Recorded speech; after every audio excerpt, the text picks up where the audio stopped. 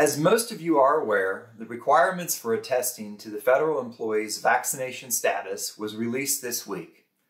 We all knew this determination would be coming at some point soon. In a prior bulletin, NASCOE committed that it would work to stay abreast of the situation, research the legal side of the issue, and communicate member concerns to management. The decision to require working conditions be dependent on vaccine status was made at the highest level of federal government, and it affects over 2 million employees. Notably, no unions or any movement in Congress has provided any avenue to overturn what the president has decided. NASCOE is an employee association, not a union, representing approximately 7,000 county office employees, and as such, NASCOE has the ability to bargain and share concerns with FSA. NASCOE also employs an attorney and a political consultant for the benefit of members. Recently, NASCOE has used these resources to address membership concerns about vaccines and testing. NASCOE has collected concerns and questions from members related to COVID-19 protocols being implemented.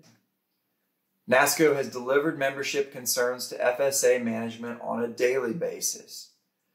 NASCOE has discussed and reviewed individual member suggestions with management. NASCOE has consulted the NASCOE attorney on the topics of mask mandates, vaccines in the workplace, and testing. NASCOE cross-references with our attorney what we learned from USDA, CDC, EEOC, DOJ, and the news media for accuracy. The attorney is asked to look for areas where legal authorities are abused by the agency.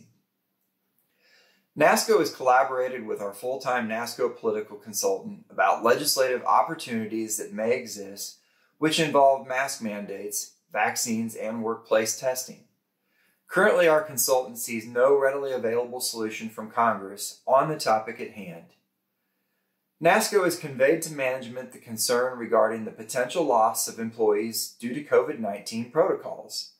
The concern is great enough that NASCOE has asked management if a plan for rehiring is in place to address continuity issues associated with expedited departures.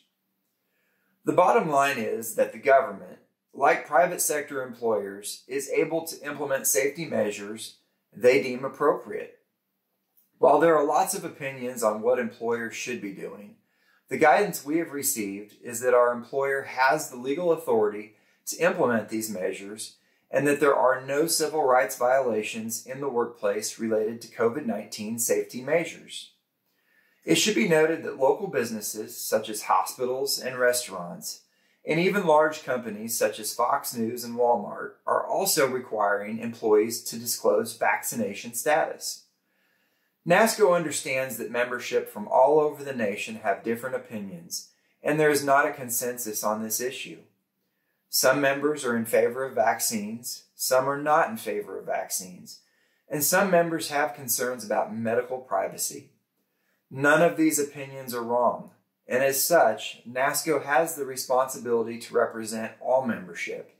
And while NASCOE does not have the ability to change COVID-19 protocol, we can make sure that the voice of membership is heard. We know the situation is very fluid and keeps changing. Employees won't be required to take a vaccine, but many questions remain about COVID-19 testing. NASCOE intends to continue working with our attorney and political consultant to review additional COVID-19 policy as it is issued. We will work with management at FSA to determine where FSA has discretion in rulemaking and continue to push for control at local levels as much as possible.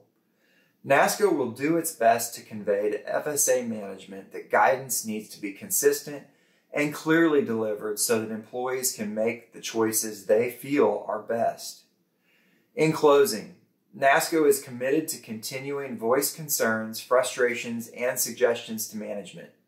As NASCOE has said from the outset of the COVID-19 pandemic, NASCOE believes safety decisions are best handled at the local level where local conditions prevail. The continued support you show NASCOE through times bad and good is remarkable, and we also value your continued feedback. Please work with your NASCOE state affiliate to pass along your suggestions to NASCOE leadership. We will continue to keep everyone abreast of information as it becomes available. For the entire NASCOE Executive Committee and committee chairpersons, I'm Brandon Wilson, NASCOE President. Thank you and good night.